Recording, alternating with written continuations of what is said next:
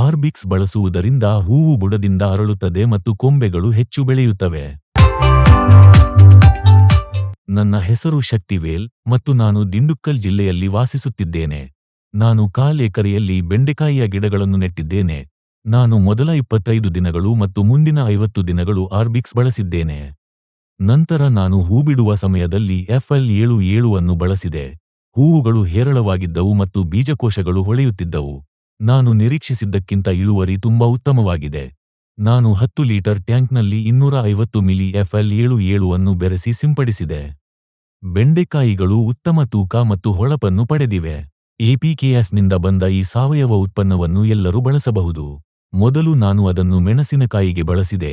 ಎಲ್ಲಾ ವೈರಸ್ ಸಮಸ್ಯೆಗಳು ಗುಣವಾದವು ಮತ್ತು ಇಳುವರಿಯೂ ಹೆಚ್ಚಿಸಿತ್ತು.